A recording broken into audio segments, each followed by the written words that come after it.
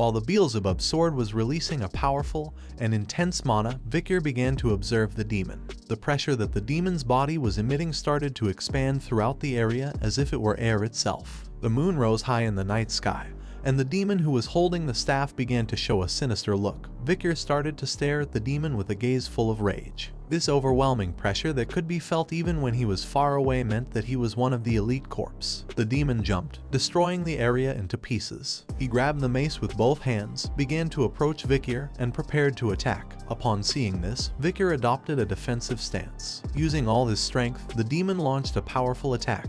But fortunately, Vicar reacted in time, jumped and dodged the attack, causing the demon's mace to hit the ground, creating a large cloud of smoke. Seeing that Vicar had dodged the attack, the demon grabbed the mace with even more strength, lifted it off the ground, and using all his strength attacked again. But Vicar moved back and dodged the attack again. But in reality, this was what the demon had planned. At that moment, he stopped the mace right in front of Vicar's face. He became alert and quickly realized that something bad was going to happen. The demon began to exert force, used the mace as a spear, and attacked Vicar. But luckily, he reacted in time, threw his body back and dodged the attack at the last moment. Vicar jumped several times and moved away from the demon, and using his feet stopped his moving body. He started to stare intently at the demon with a murderous look, and the blade of the Beelzebub sword began to emit an intense mana. This demon had the aura of an advanced graduate, and he was using the blunt technique of the religious Quavadis. While the smoke curtain was disappearing, the demon lifted the mace from the ground and began to look at Vicar. The reality was that this guy was not one of the elite corps. Vicar couldn't help but be somewhat surprised when thinking this, but still kept calm. A demon had infiltrated even with the religious. The reason was that there were also rotten parts there. He thought that this guy might be a servant who did occasional jobs under the orders of the elite corps. Vicar deactivated the Beelzebub sword, making it start to transform into a liquid energy. If he won this fight, he would be able to find the elite corps. It was just costing him a lot to get rid of the trash. The demon jumped, appeared above Vicar, and using the mace prepared to attack. Upon realizing this, Vicar prepared to defend himself. He was going to warm up for the first time in a long time. Using all his strength, the demon attacked Vicar, but he counterattacked using his leg, blocking the attack in the process. Upon witnessing this, the demon could not help but feel somewhat confused. He did not know what was happening or how he had been able to block the attack. While he was trying to assimilate the situation, Vicar took advantage of this moment, appeared in front of him, and prepared to counterattack. The demon was unable to react, and Vicar gave a series of blows to the demon's chest. Then he delivered a strong punch to the ribs, causing his body to be shot back and crash against the wall of the tower, destroying it into pieces. Vicar's blow was so powerful that the demon's body went through the wall of the tower, but despite receiving so many hits, he was still alive. Using his feet, he stopped his moving body. He jumped and climbed onto the tower, right on the floor where the demon was. Upon seeing Vicar, the demon slowly began to stand up. He couldn't help but become enraged and launched himself into attack again. But just before the demon even had time to approach, in a blink of an eye, Vicar cut off his arm with little effort using the sword. The demon was shocked, and then taking advantage of this situation, Vicar appeared behind him and prepared to attack again. Using his elbow and knee, Vicar crushed the demon's arm, causing him to drop the mace and start writhing in pain.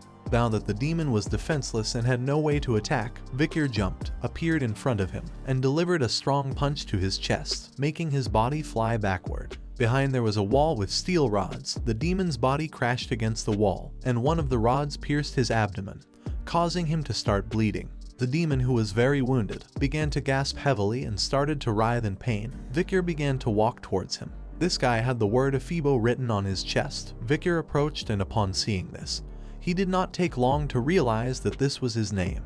With a sinister look, Vicar asked him who was his master and who had done this to him. Instead of responding, he became enraged and started to growl. Judging by how this guy looked, Vicar thought they might also be controlling what he said. Vicar sat down close to him, started to extend his hand towards the steel rod, and explained that the interrogation could also present itself in other forms besides words. He grabbed the steel rod tightly and decided to cut his body into smaller pieces: his intestines, his bone structure, his wounds, the freshness of the blood in his veins, and the concentration of his mana, since those things could tell him a lot. The light of the light began to enter the tower, and Ephibo did not respond. Upon seeing this, Vicar decided it was time to start with the interrogation.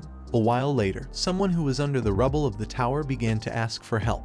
Upon hearing this, Vicar turned around and could not help but wonder who that person was. He descended to the ground and started moving the rubble. The person who was under the rubble was none other than Lloyd, who was somewhat injured but still alive. Vicar remembered that this guy had mentioned he was a poison seller.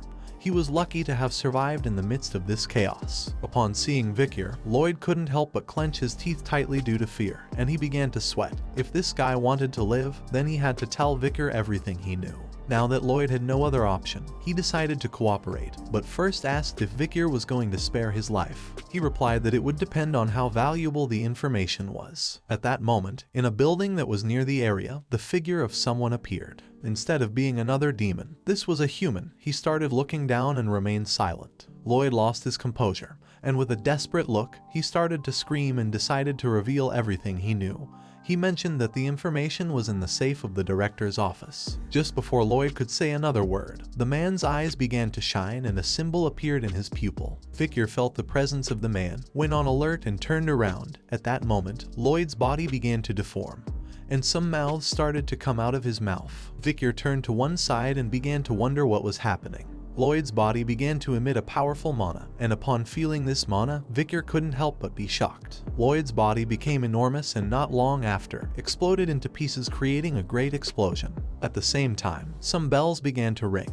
The area where Vicar was located was destroyed in pieces, including the orphanage. Upon hearing the sound of the explosion, the city guards started to head towards the area to find out what was happening. They approached the city bridge and upon looking at the sky saw smoke. The saint also appeared, and with a confused look began to ask what was happening and if there were any casualties. The guards reported that they were still investigating, but the remains of the explosion were a bit terrifying.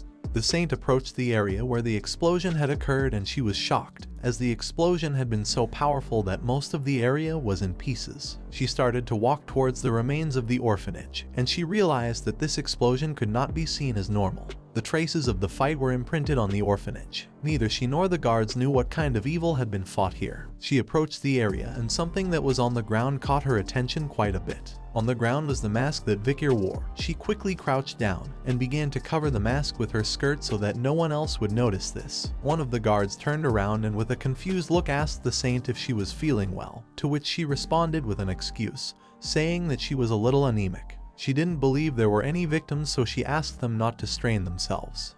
Once the guards moved away from her, little by little she started to pull aside her skirt, began to observe the mask, and she couldn't help but start sweating like crazy. She had gotten nervous and for this reason had hidden the mask. She didn't know if it belonged to the night bloodhound.